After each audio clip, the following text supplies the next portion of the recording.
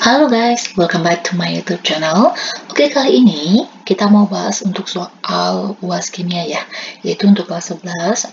Ini untuk yang semester 2-nya, karena kan sebentar lagi bakalan ujian akhir semester ya. Oke, untuk kelas 11-nya, adik-adik semuanya bisa cek ya, di playlist itu udah ada soal UAS untuk kelas 11 yang semester 2-nya, itu ada dua part. Part yang pertama itu tentang teorinya, sedangkan yang part yang keduanya itu khusus untuk hitungannya. Oke, dan ini disclaimer dulu, nanti kalau misalnya ada suara berisik nih, ya, kita tetap fokus aja, still fokus. Oke, kita mulai untuk soal yang pertama. Nih. Pada persamaan reaksi yang belum setara. Oke, di sini udah jelas ya dikatakan bahwa ini persamaan reaksinya belum setara. Maka perbandingan volume gas bereaksi dan hasil reaksi yang stoikiometris sesuai dengan hukum Gay-Lussac. Oke, ini berarti teman-teman harus ingat ya, ini materinya itu tentang hukum dasar kimia. Oke, dan ini oleh Gay-Lussac. Nah, teman-teman ingat, hukum Gay-Lussac ini itu disebut juga dengan hukum perbandingan volume, ya. Jadi lebih ingat nih. Ini hukum perbandingan volume. Oke, dan isi bunyinya itu volume bunyi hukum Gay-Lussacnya ya. Ini yang paling sederhananya. Sebenarnya bunyinya itu gini. Volume gas-gas yang bereaksi dan volume gas hasil reaksi jika diukur pada suhu dan tekanan yang tetap atau tekanan yang sama akan berbanding sebagai bilangan bulat dan sederhana. Oke, dan kita bisa buat nih, kalau untuk perbandingannya yaitu nih, jadi perbandingan volume, oke, perbandingan volume itu menyatakan, supaya teman-teman lebih ingat nih, oke, menyatakan perbandingan koefisien, oke, perbandingan koefisien pada persamaan reaksi, oke. Pada persamaan reaksi. Jadi ingat ya, di perbandingan volume, dan volume-volumenya itu bisa dinyatakan dalam perbandingan koefisien pada persamaan reaksinya. Oke, dan di sini jelas dikatakan bahwa ini belum setara, berarti reaksi yang ini harus kita setarakan. Jadi teman-teman semuanya, kalau misalnya ya di soal itu ada persamaan reaksi, yang pertama sekali dilakukan itu adalah menyetarakan reaksinya. Oke, itu yang pertama sebelum menghitung, karena angka yang di depan senyawa atau yang sering disebut dengan koefisien itu sangat penting dalam perhitungan kimia. Oke, jadi ini kita harus setarakan dulu. Jadi kita samakan jumlah atom yang di kiri itu sama dengan jumlah atom yang di kanan. Oke, ini NO plus H2. Oke, wait, kita kasih spasinya karena kan kita mau buat koefisiennya berapa? N2O plus H2O. Oke, supaya mempermudah ya untuk menyetarakan reaksinya dan teman-teman nggak berulang kali melakukan penyetaraan, yang atom O sama H itu dikerjakan belakang. Maksudnya disetarakan belakangan. Jadi kita kerjakan unsur lain selain O dan H. Oke, contoh nih. Di sebelah kanan itu kan N-nya 2. Jadi angka yang di bawah itu menunjukkan jumlah unsur yang ada di depannya. Berarti ini N-nya 2. Sedangkan di sini ini ada 1. Oke, angka 1 itu nggak ditulis. Berarti belum sama dong. Oke, ingat lagi. Untuk menyetarakan reaksi, kita nggak ada istilah tambah kurang, tetapi adanya perkalian. Ya, berarti kalau di sebelah kanan itu ada 2, berarti supaya sama, ini harus dikali 2. Dikali 2-nya di mana? Di depan. Oke, di depan. Dan angka yang di depan ini namanya itu adalah koefisien. Oke, terus setelah itu di sini O-nya ada 2, N-nya 2, oke udah sama. Baru kita cek nih, yang jumlahnya itu cuma ada 1 di salah satu senyawanya. Contoh, ini kan hanya ada 2 nih. Ya kan, maksudnya ada di sini, ada di sini. O-nya yang banyak. O-nya di sini. Nah, ada 3 tempat nih, tetapi hanya kan cuma ada 2 tempat. Jadi, hanya itu yang harus kita lebih duluan kan menyetarakannya. Di sini hanya ada 2, di sini 2. Oke, udah sama hanya. Sekarang jumlah O-nya. Di sini O-nya ada 2, ya kan? Di sini O-nya 1 nih. Ini kan ada 1 nih, nggak tulis. Nah, ini 1. Berarti sama dong, udah sama kiri kanan. Berarti perbandingan koefisiennya, oke, ini kan nggak tulis ya, ini sebenarnya ada 1, ini 1, ini 1. Jadi perbandingannya itu ini, Nah, ingat tadi bunyi hukum Gay-Lussac bahwa koefisien itu merupakan perbandingan dari volume-volumenya. Di sini diketahui volumenya nih, berarti ingat nanti perbandingannya ya, perbandingan volumenya sesuai dengan koefisiennya 2 banding 1 banding 1 banding 1. Berarti sini kita cek nih, oke? Ini 20 semuanya sama-sama 20, berarti kalau kita sederhanakan, ini berarti sama-sama perbandingannya 1. Ya, dibagi 20 aja. Atau lebih gampang itu dibagi dengan volume yang jumlahnya lebih kecil, kayak gitu. Ini kan 15, 7,5, 7,5. Oke, yang lebih kecil 7,5 ya dibanding 15. Berarti yang ini, yang untuk yang kedua sama-sama dibagi 7,5. Ini dibagi 7,5, 1. Dibagi 7,5, 1. Dibagi 7,5, 1. 15 dibagi 7,5, 2. Oke, sesuai ya. 2, 1, 1, 1. Berarti ini jawabnya adalah yang B. Gampang ya? Oke, jadi caranya seperti itu.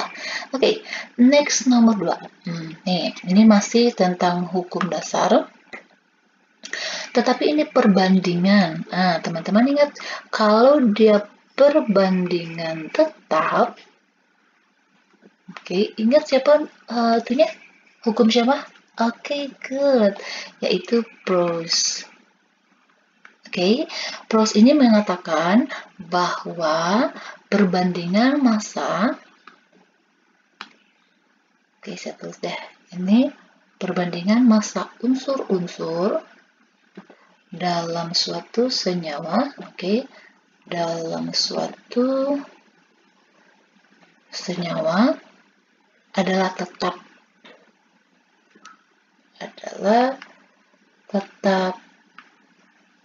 sama. Oke, jadi kalau perbandingannya nih, misal nih, Ca dan O itu perbandingannya soal sama. Nah, oke, jadi kita mau cari berapa perbandingannya antara kalsium dan oksigen. Oke, hukum ini, ini kan ada beberapa ya. Misalnya kita buat percobaannya nih, ini ada 4 percobaan. Terus kita pakai data yang mana? Kayak gitu kan. Nah, caranya ini kita hubungkan dengan hukum Lavoisier. Oke, Lavoisier. Hukum Lavoisier itu adalah hukum kekekalan massa. Oke, jadi teman-teman sekalian belajar materi juga ya. Hukum kekekalan massa. Nah, apa bunyi hukum kekekalan massanya? Yaitu massa zat, massa zat sebelum dan sesudah reaksi adalah sama. Oke, jadi massa zat sebelum dan sesudah reaksi itu sama. Zat sebelum di sini ini bisa juga kita bilang adalah pereaksinya, sedangkan yang sesudah ini adalah produknya. Oke, kebalik. Ini adalah pereaksi yang disingkat dengan R, sedangkan produknya singkatnya P. Oke, berarti kan ini antara massa kalsium dengan oksigennya. Berarti kalau misalnya kita buat reaksinya, ya kan, ini reaksi nih, kalsium dan oksigen katanya bereaksi. Berarti yang sebelah sini adalah reaktannya, sedangkan yang ini adalah produknya. Oke, jadi massa reaktannya itu sama dengan massa produknya. Kayak gitu. Berarti kita cek nih. 10 tambah 4, 14. Berarti benar ya, sesuai dengan hukum Lavoisier ya. Jadi kan ini, Ca ditambah O direaksikan ya, akan menghasilkan CaO.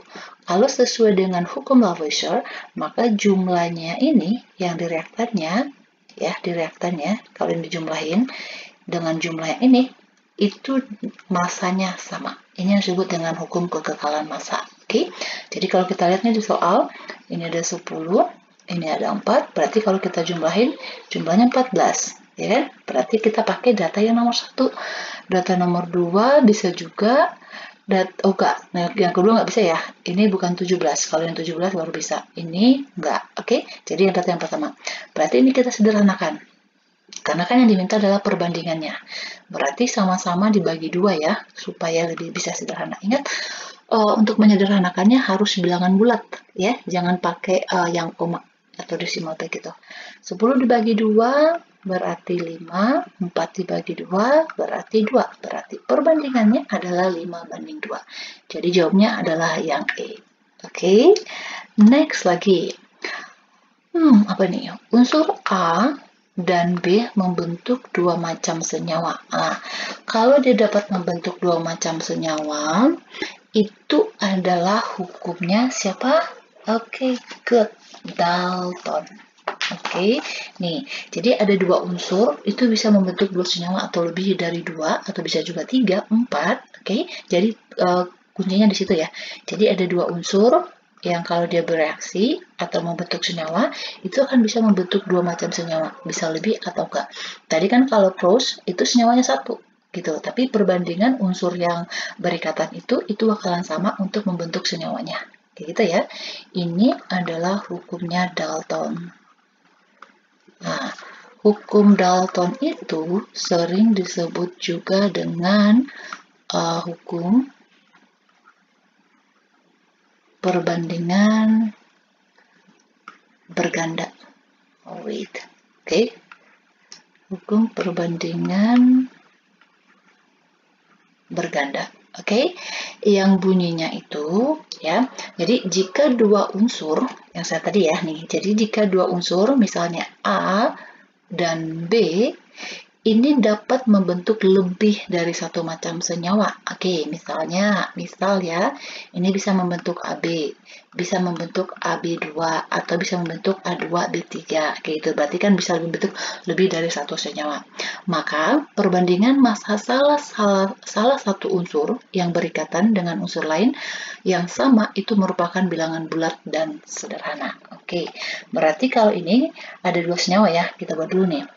Ini senyawa yang pertama, ini senyawa yang kedua. Oke, senyawa yang pertama ini, senyawanya di sini dong. Oke, itu terdiri tadi ada dua unsurnya ya yang menyusunnya, yaitu ada unsur A dan B. A-nya di sini ya, perhatikan kata-katanya nih.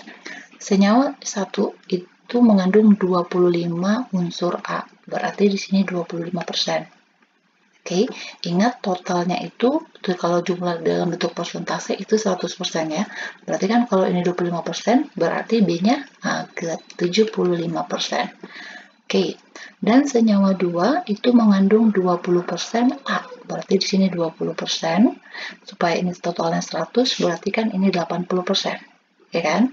Ingat tadi bunyi hukumnya itu bahwa salah satu unsurnya itu dibuat massanya itu tetap begitu, sehingga perbandingan unsur yang lain itu adalah bulat sederhana. Berarti yang kita buat tetap di sini adalah yang A-nya. Oke, jadi nih ini kan kita sederhanain ya. Jadi kita mulainya dari yang pertama dulu nih. Jadi kalau yang pertama ini ya kan kita sederhanain. Jadi yang A-nya kita buat sama ya. Berarti kita buat nih sama-sama satu perbandingannya kayak gitu. Jadi bentar, ini kita buat ini perbandingan sekarang di sebelah sini ya.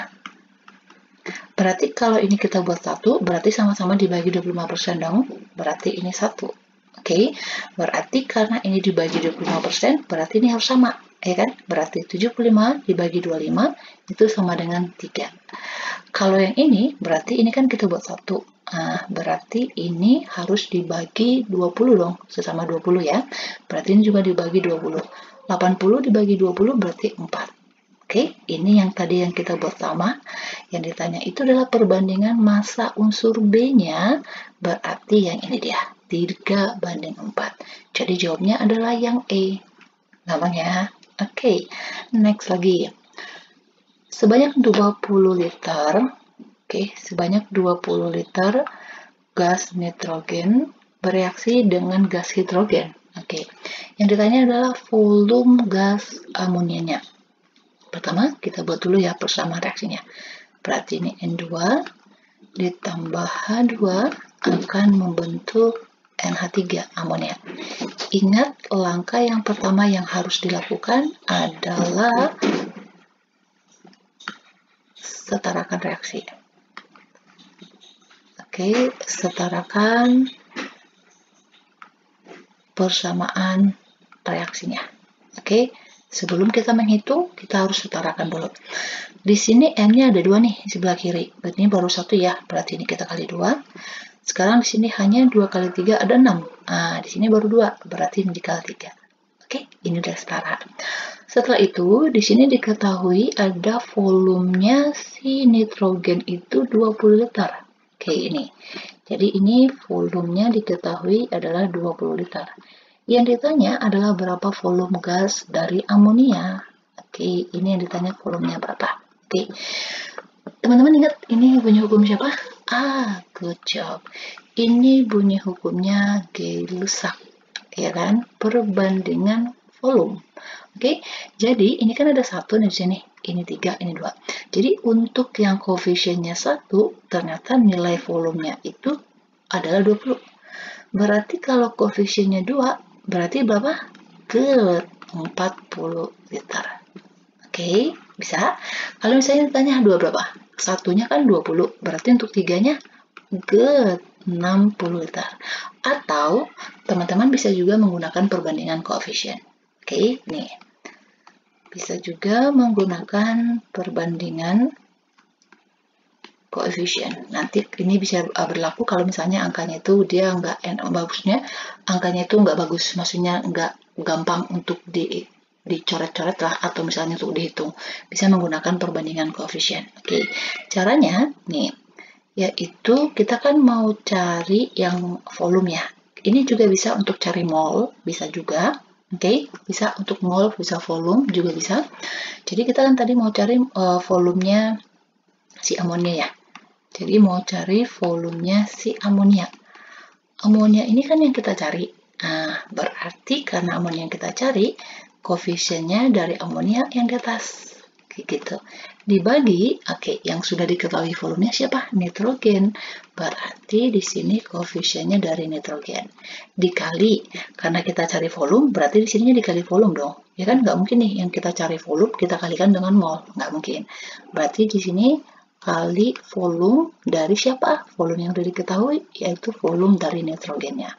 Berarti koefisien NH3 itu 2, koefisien dari N2 itu 1, volumenya N2 itu adalah 20 liter, berarti sama dengan 40 liter. Ya, sama saja. Oke, dah, next.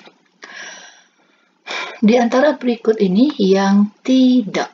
Oke, hati-hati, ini katanya tidak memenuhi hukum Lavoisier. Oke, yang tidak ya. Kalau ini, ingat tadi hukum Lavoisier itu apa? Oke, hukum kekekalan massa. Oke, hukum kekekalan massa. Jadi massa reaktan itu bereaksi ya, yang sebelah kiri. Itu sama dengan massa produk yang di sebelah kanan. Oke, berarti ini 5 tambah 10, 15. Oke, ini benar, tetapi yang ditanyakan yang tidak ya. 2 tambah 3,5, oke benar. 1 tambah 8, 9 benar. 5 tambah 8, oh ini 13. Ini 10, salah. Seharusnya ini 13. Oke, 3 tambah 5, 8, oh ini 10. Oh iya, sorry, ini ada 2 jawabnya ya. Oke, nggak apa-apa. Tapi teman-teman ingat ya, bunyinya itu seperti itu untuk Lavoisier. Oke, next. Hasil analisis senyawa berupa gas menunjukkan kandungan persen massa. Di sini diketahui ada 2% massanya, yaitu dari silikon dan fluorin. Pada temperatur 35 derajat Celcius, sebanyak 0,21 liter senyawa memberikan tekanan. Oke, jika pada massa segini, maksudnya massanya ini, volumenya ini, tentukan massa molekul relatif. I think sih bukan massa yang ini ya. Yang ditanya itu adalah rumus molekulnya. Sorry. Ini saya ketik nih. Oke, tentukan bukan massa molekul relatif. Massanya nggak ada. Kata massanya nggak ada. Yang ditanya itu adalah rumus. Jadi di sini ada kata rumus. Ya, rumus molekul senyawanya. Oke, berarti karena ini diketahui persen massa, berarti kita cari dulu ya perbandingannya. Karena disebutin sebagai perbandingan persen massa, berarti kita anggap sekarang massanya 100%, 100 gram. Oke, ini supaya kita dapat massanya berapa. Jadi ini kan persen massa ya. Jadi kita anggap dulu masanya itu bukan persen masanya, jadi kita anggap masanya, massa senyawanya ya, itu adalah 100 gram. Jadi kita mau cari berapa masanya dari si silikon. Oke, silikon kan dia 33%. Oke, dikali 100 gram, berarti kan ini kalau coret-coret, berarti ini 33. Ya, 33 gram. Terus kita mau cari masanya si fluorine, berarti dengan rumus yang sama, 67% dikali 100 gram, berarti ini sama dengan 67 gram. Oke, ingat kalau misalnya ada massa, kita bisa ngitung apa? Oke, good. Kita bisa menghitung mol. Jadi kita buat perbandingan molnya silikon dengan molnya fluorine. Oke, rumusnya apa? Jadi kalau kita mau cari mol, kalau ada massa, ingat ya, massa per AR. Ini kan karena unsur. Berarti ini kan tadi massanya 33. Oh iya, sini nggak tahu ya. Jadi ARSI itu 28. Kalau ARF fluorine itu 19. Oke. Berarti ini dibagi 28. Kalau yang ini tadi 67 dibagi 19. Oke. Kalau ini kita bagi, hasilnya itu bakalan jadinya, oke, ini 1,17 lah, gitu. Kalau ini 3,52. Oke. Ini kalau kita mau sederhanakan, ya, biar lebih gampangnya, bagi dengan yang paling kecil aja. Yang paling kecil kan berarti kan yang 1,17-nya ya. Berarti semuanya ini kita bagi dengan 1,17. Ya, berarti ini 1, ini 3. Nah, perbandingan yang ini yang disebut dengan RE. Ya, RE ini adalah rumus empiris. Oke, jadi rumus empiris ini adalah rumus yang sederhana, bukan sederhana, yang paling sederhana. Oke, jadi nggak bisa diperkecil lagi, nggak bisa disederhanain lagi. Oke, berarti kita dapat RE-nya yaitu SiF3. Kita mau cari rumus molekulnya, berarti kita harus tahu dong MR-nya berapa, ya kan? Kita menggunakan data yang ada ini. Katanya 35 derajat Celcius, ATM-nya ada, volume ada. Teman-teman tahu ini apa?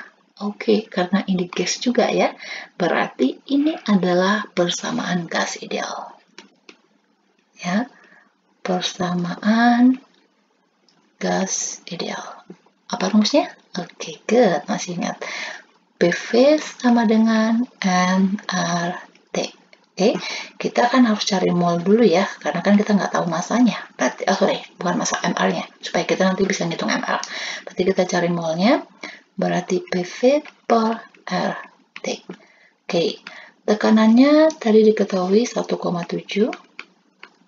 volumenya juga udah diketahui 0,21. Oke, ini kita nggak perlu konversi ya, karena satuannya udah pas nih. Ini ATM, ini liter. Oke, per tetapan konstantanya itu 0,082 dikali, oh ya, T-nya harus kita konversi. Karena kalau untuk gas ideal, suhunya harus dalam satuan Kelvin. Oke, kalau untuk jadikan Kelvin tinggal ditambah aja. 35 ditambah 273. Berarti ini sama dengan 308. Ya, 308. Jadi kalau ini udah dihitung nih, nilainya itu adalah 0,014 mol. Oke, kita kan mau cari MR ya, berarti kan bisa dong, rumus mol itu kan tadi massa per AR ya, berarti kan kita mau cari MR sekarang, karena kan ini adalah bentuk senyawa, bukan unsur lagi.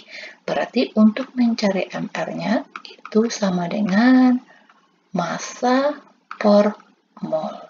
Oke, masanya di sini ketahui adalah 2,4, berarti 2,4 per molnya 0,014. Oke, kalau ini dihitung nilainya itu adalah sekitar 170-an.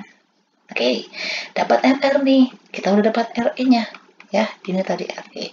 Berarti untuk cari rumus molekulnya, caranya gini.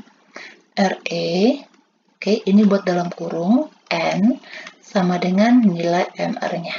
Oke, RE-nya tadi ini kita masukin yang udah kita cari, yaitu SiF3, oke, dalam kurung N, nah nilai MR-nya 170. Terus kita cari nih nilai MR yang ada di sini. Berarti kan SI-nya 28, F-nya ada 3 dikali 19, ya kan? Sehingga kalau dihitung itu nilainya adalah 85. N sama dengan 170. Berarti nilai N-nya sama dengan 2. Nah, sekarang nilai N ini kita ganti nih. Jadi SI F3 2. Oke, ini kita kalikan. Sini kan ada 1 ya. 1 dikali 2 berarti 2. Jadinya SI 2. 3 dikali 2, 6. Berarti SI 2 F6. Nah, jawabnya adalah yang D. Bisa ya? Oke, good. Next lagi. Nih. Oh, wait. Serbuk tembaga. Oke, ini tata nama ya. Tata nama sekaligus untuk penyetaraan reaksi juga. Oke, jadi teman-teman semuanya harus bisa untuk menyetarakan reaksi ya. Gimana caranya untuk menyetarakan reaksinya? Kayak gitu. Terus satu lagi dari tata namanya. Ya kan, kita harus tahu tata namanya itu ini kita samain dulu. Oke, kita lihat dulu namanya. Serbuk tembaga oksida. Oke, di sini ada kata-kata tembaga 2 oksida. Oke, ingat ini adalah tata nama dari ini ya, unsur yang berada di dalam golongan B atau yang transisi yang menjorok ke bawah dalam tabel periodik gitu. Jadi tembaga itu kan simbolnya adalah Cu. Angka 2 ini itu adalah muatannya atau biloxnya. Berarti di sini Cu2+. Oksida itu berasal dari oksigen. Oke, oksigen itu berapa muatannya? Ingat, oksigen itu dia muatannya adalah 2 min. Kenapa 2 min? Ya, karena kan oksigen itu berada di golongan 6. Jadi supaya dia itu stabil seperti gas mulia, berarti elektron yang ada 6 ini yang di kulit terluarnya itu menarik 2 elektron supaya nanti elektron terluarnya itu jadinya 8. Oke, ini kita kali silang untuk membentuk senyawanya. Ingat yang dipakai itu adalah angkanya ya, plus minusnya enggak. Berarti kan ini Cu2O2, ya kan? Ini rumus molekul namanya. Jadi kita harus sederhanakan. Jadi kalau misalnya sederhanakan, masih kita sederhanakan juga.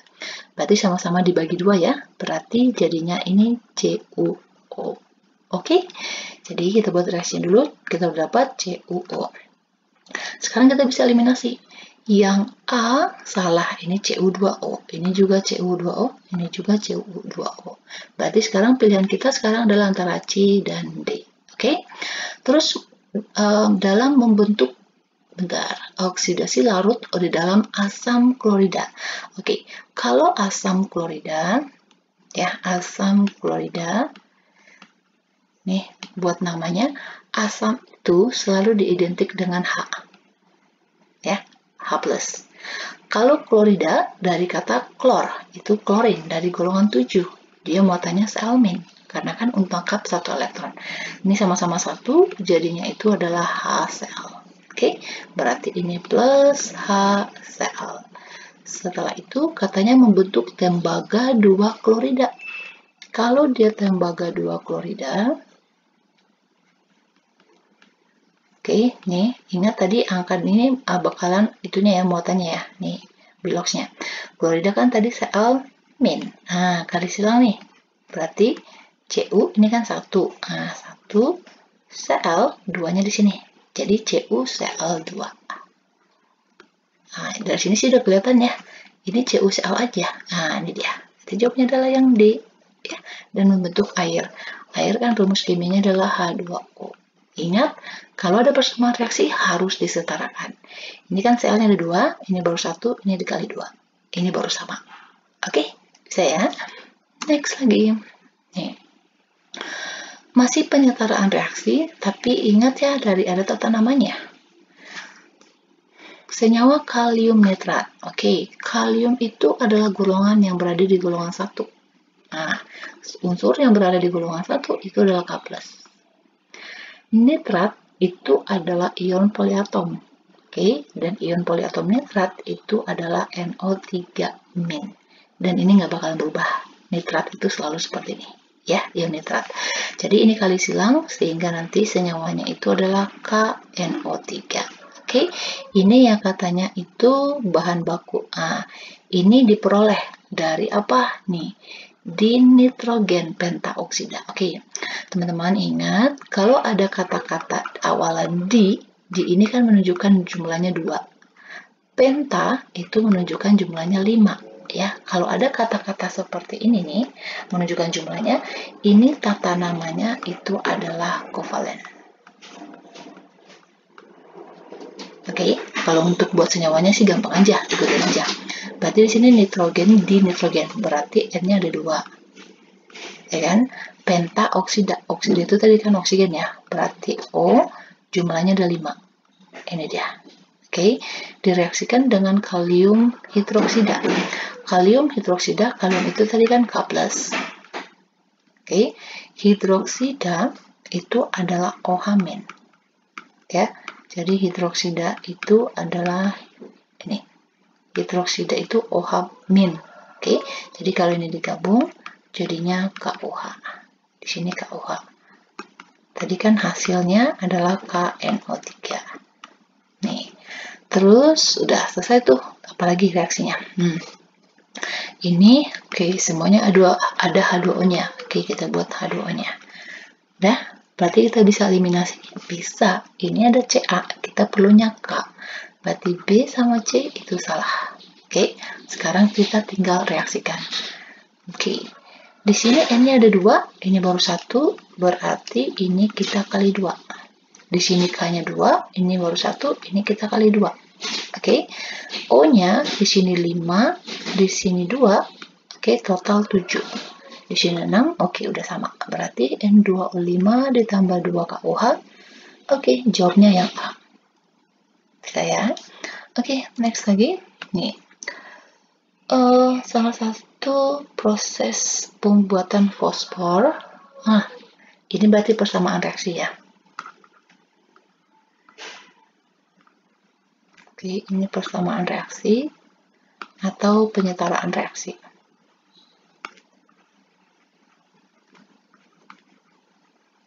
Oke, kita buat dulu nih, ulang.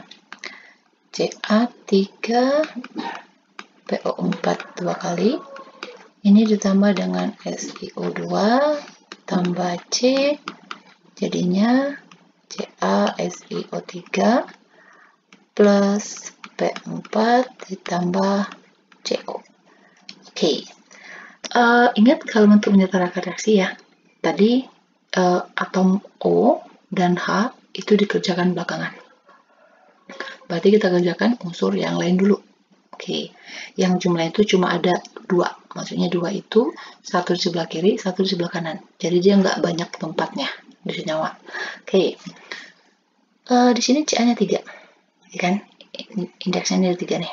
Berarti ini mas 1. Berarti ini kita kali 3. Oke. Terus, oh wait. Bukan itu. Ini P. P-nya kan ada 4. Ini P-nya ada berapa nih? Ini kan ada 1. Ingat ya, kalau dalam kurung ini, berarti dikalikan ke dalam. Jadi ini cuma miliknya yang di dalam kurung, angka 2-nya. Ini berarti P-nya ada 2, ini P-nya ada 4, berarti ini kita kali 2. Oke, berarti karena ini dikali 2, berarti koefisiennya dikali indeks. Oke, itu untuk menentukan jumlah totalnya. Berarti 2 dikali 3, di sini ada 6. Ini baru 1, berarti ini dikali 6. Otomatis SI-nya berubah dong. Di sini SI-nya ini 1 dikali 6, berarti 6 SI-nya. Di sini baru 1, berarti ini dikali 6. Oke, terus setelah itu kita setarakan atom O-nya. Di sini O-nya berapa? Ini kan 4 ya, dikali 2 ada 8. 8 dikali 2, itu berarti 16. Jadi kita kalikan dengan sini dulu.